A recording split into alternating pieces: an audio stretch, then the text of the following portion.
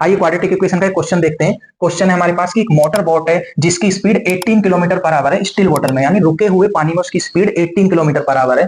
1 hour more to go 24 kilometre up stream then return to down stream, यानी उस motor boat को 1 घंटे समय ज्यादा लगता है जब वो 24 किलोमीटर अप स्ट्रीम में चले as compared to down stream. Up stream का मतलब क्या होता है कि जब मोटर बोट और स्ट्रीम दोनों अपोजिट डायरेक्शन में होंगी, और डाउन स्ट्रीम का मतलब क्या होगा जब दोनों सेम डायरेक्शन में होंगी। तो हमें स्ट्रीम की स्पीड फाइंड करनी है। हमने स्ट्रीम की स्पीड को क्या मान लिया, x किलोमीटर पर आवर। तो speed of boat in up stream, यानी अप स्ट्रीम में बोट की स्पीड कितनी होगी, बोट की स्पीड में से स्ट्रीम की स्पीड को माइनस करना पड़ेगा, उतनी स्पीड बोट की रहेगी, यानी 18 माइनस एक्स। और डाउन स्ट्रीम में बोट की स्पीड कितनी हो जाएगी, 18 प्लस एक्स। अब हमारे पास स्पीड है, हमारे पास डिस्टेंस है, डिस्टेंस दोनों केस में 24 ही है। तो time taken in up stream में कितना टाइम लगेगा, उस टाइम को t1 मान लिया। टाइम इक्वल होता है डिस्टेंस अपॉन स्पीड, यानी 24 किलोमीटर डिस्टेंस है और अप स्ट्रीम में स्पीड कितनी है, 18 माइनस एक्स।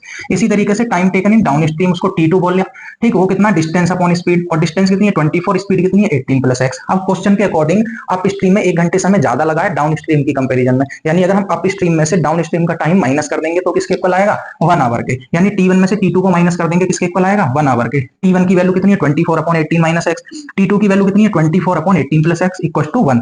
अब यहां से कैलकुलेशन को आसान करने के लिए हम 24 कॉमन ले सकते हैं। 24 हमने कॉमन लिया, ये बच्चा 1 upon 18 minus x minus 1 upon 18 plus x equal to 1। अब यहां से एलसीएम लेंगे, 18 प्लस एक्स इधर मल्टीप्लाई, 18 माइनस एक्स यहां मल्टीप्लाई, फिर 18 प्लस माइनस के कैंसिल हो जाएंगे। यहां से हमारे पास क्या बचेगा 2x, और ये कितना बचा a minus b into a plus b लगाएंगे तो a का स्क्वायर माइनस b का स्क्वायर, फिर क्रॉस मल्टीप्लाई करेंगे तो 324 माइनस एक्स स्क्वायर इधर मल्टीप्लाई होगा 1 के साथ, और ये बन गया हमारे पास x plus x 2x into 24। जैसे इसको मल्टीप्लाई करेंगे तो ये आ जाएगा कितना 48x, और एक्स स्क्वायर इधर है तो एक्स स्क्वायर का कॉफिशिएंट हमें क्या बनाना होता है, पॉजिटिव। तो एक्स स्क्वायर को हम इधर ले आएंगे लेफ्ट हैंड साइड में, तो इधर आके एक्स स्क्वायर पॉजिटिव, 48x इधर पहले से पॉजिटिव और 324 इधर आकर नेगेटिव इक्वल टू में क्या आ गया 0। अब 324 के फैक्टर कर लिए जिनको माइनस करके 48 आ जाए, तो फैक्टर होंगे 54 और 6। जैसे इसमें से कॉमन लेंगे तो x प्लस 54 और दूसरा x प्लस 6, ये दो फैक्टर बनेंगे। x प्लस 54 को 0 के इक्वल रखेंगे, x की वैल्यू माइनस 54 आएगी, जो कि पॉसिबल नहीं है क्योंकि स्ट्रीम की स्पीड नेगेटिव नहीं हो सकती। और यहां से x माइनस 6 को 0 रखेंगे तो x की वैल्यू कितनी आ जाएगी, 6 आ जाएगी, यानी हमारी जो स्ट्रीम की स्पीड है वो कितनी आ गई, 6 kilometre per hour. Thank you.